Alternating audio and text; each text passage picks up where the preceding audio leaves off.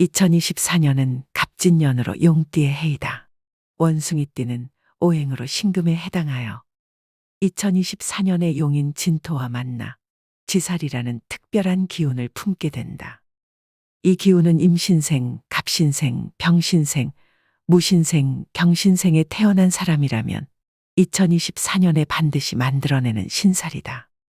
지살이란 12신살 중 하나로 이름에 죽일 살이 들어가 있어서 다소 두려움을 느낄 수 있으나 크게 염려할 필요는 없다. 사주명리학은 계절의 변화와 천문학에 따른 깊은 이해를 바탕으로 두고 있으며 그 본질 속에는 반복되는 주기성을 갖는다는 의미를 내포하고 있다. 즉, 사주란 반복되는 주기에 따른 고찰인 것이다. 이처럼 현재 내가 어떠한 큰 흐름 속에 있는지를 직관적으로 이해하는 데 의미를 두고 현재 내가 처한 환경 속에서 할 수 있는 지혜로운 행동과 피해야 할 행동을 알아두는 것이 매우 중요하다. 지살은 한자 그대로 땅의 기운과 연관되어 있는 살이다. 지살은 마치 땅의 기운이 몸속을 흐르는 물처럼 한 곳에 오랜 시간 머무르지 못하고 이동하는 것을 의미하며 군마처럼 빠르게 움직이며 한 곳에 멈춰 있는 경우가 없다는 특징을 지니고 있다. 지살은 역마살과 유사해 보이나 자발적으로 움직이는 것이 아니라 비자발적으로 주변 환경에 의해 몸을 움직이기 때문에 예기치 않은 상황에 봉착할 수도 있다. 이처럼 지살을 가진 사람은 한 곳에 오래도록 머무르지 못하고 본의 아니게 이동이 잦아지게 되며 이로 인해 재산을 크게 축적할 수 있는 기회가 주기적으로 생길 수 있으나 사람과 한 번 맺은 인연이 스쳐가는 인연으로 흩어져 버려 외로워질 수 있는 살이다. 그러나 지살은 자신의 노력 여하에 따라 길살이 되거나 흉살이 될 수도 있다. 잦은 이동으로 인해 박해진 인연이 많을 수 있으나 반면 견문을 폭넓게 쌓고 자신과 뜻이 맞는 귀인을 만나 재물과 인연이 되어 부자가 될 수도 있는 것이다. 또한 지살은 태어난 지 얼마 안 된 걸음마를 배우는 어린아이와 같아 부평초 같은 심리로 인해 그 어느 곳에도 정착하지 못하고 뿌리내리지 못해 정체성이 모호해질 수 있다. 그러나 운명은 정해진 것이 없으므로 지살을 어떻게 활용하느냐에 따라 재물과 명예가 따르는 부귀영화를 누릴 수도 있는 것이다. 또한 지살은 땅의 기운과 연관되어 있기 때문에 자연과 조화를 이루며 살아가는 것이 중요하다. 땅의 에너지를 느끼고 그에 따라 행동하며 삶의 여정을 즐기는 것이 지살을 활용하는 방법 중 하나이다. 그리고 우리의 정체성은 결국 우리가 만들어낸 선택과 경험들로 이루어진 것이기 때문에 지살을 통해 더욱 깊게 자아를 탐색하고 발전시킬 수 있다. 즉, 지살이란 우리의 삶을 더욱 풍요롭게 만들어주는 보물이자 운명의 여정이라고 할 수 있는 것이다. 그렇다면 올해 이런 원숭이띠의 지살을 활용하여 더욱 높은 상승의 기운을 탈 수 있는 방법은 없을까?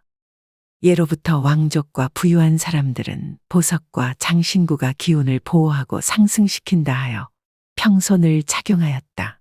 특히 손가락에 낀 반지는 재물운의 상징이기 때문에 사랑하는 사람에게 선물하기도 하고 대를 이어 자손들에게 물려주기도 하였다. 그러나 보석의 제대로 된 사용법과 자신의 기운에 맞는 것을 고르는 방법을 몰라 대부분 잘못 사용하고 있으며 이로 인해 그 효과를 제대로 누리지 못하고 오히려 화를 당하고 있는 분들도 많을 것이다. 무작정 값이 비싸다 하여 좋다거나 값이 저렴하다 하여 나쁜 것이 아니다. 가장 중요한 것은 각각의 다른 능력이 깃들어 있는 보석을 자신의 기운과 알맞는 것으로 선택해야 한다는 것이다. 지금부터 2024년 원숭이띠에게 상승의 기운을 가져다주는 행운의 보석과 그 기운을 이용하여 재물운을 끌어올려주는 놀라운 방법에 대해 알아보자. 2024년 그 어느 때라도 이 보석의 모든 기운을 최대로 발휘하는 방법을 익히게 된다면 올 한 해 부와 번영은 반드시 넘쳐나게 될 것이다. 올해 원숭이띠인 사람들에게 지살을 활용하여 상승의 기운을 끌어올려주는 행운의 보석은 페리도트이다.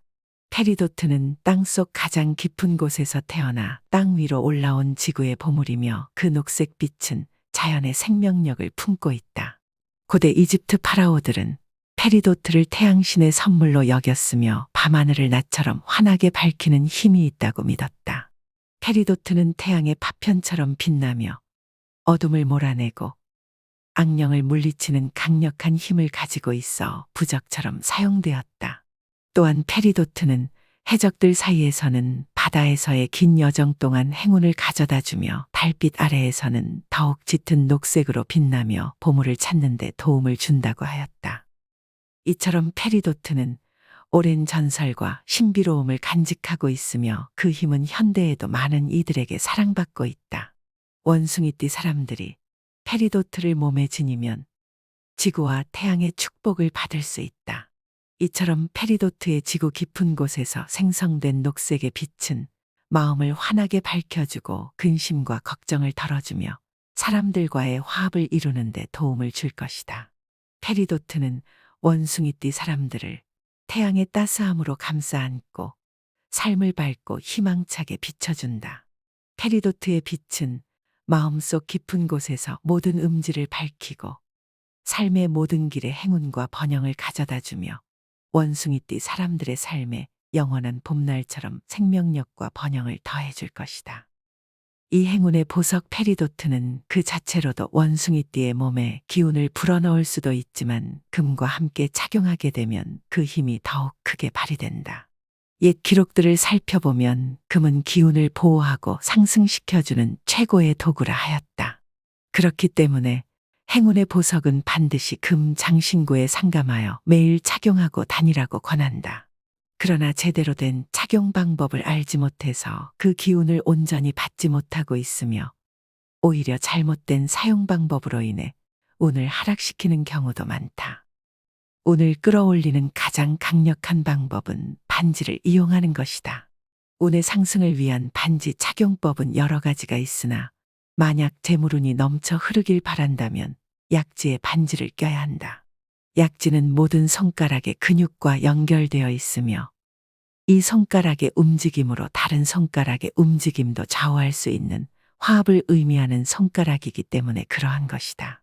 그래서 약지는 모든 기운이 모이는 곳이며 번영운과 재물운을 살려주는 곳이라 할 수 있다. 또한 오른손잡이는 왼손에, 왼손잡이는 오른손에 반지를 착용하는 것이 좋다. 그리고 가장 중요한 것은 반지 안쪽에는 반드시 소원을 적어두는 것이다.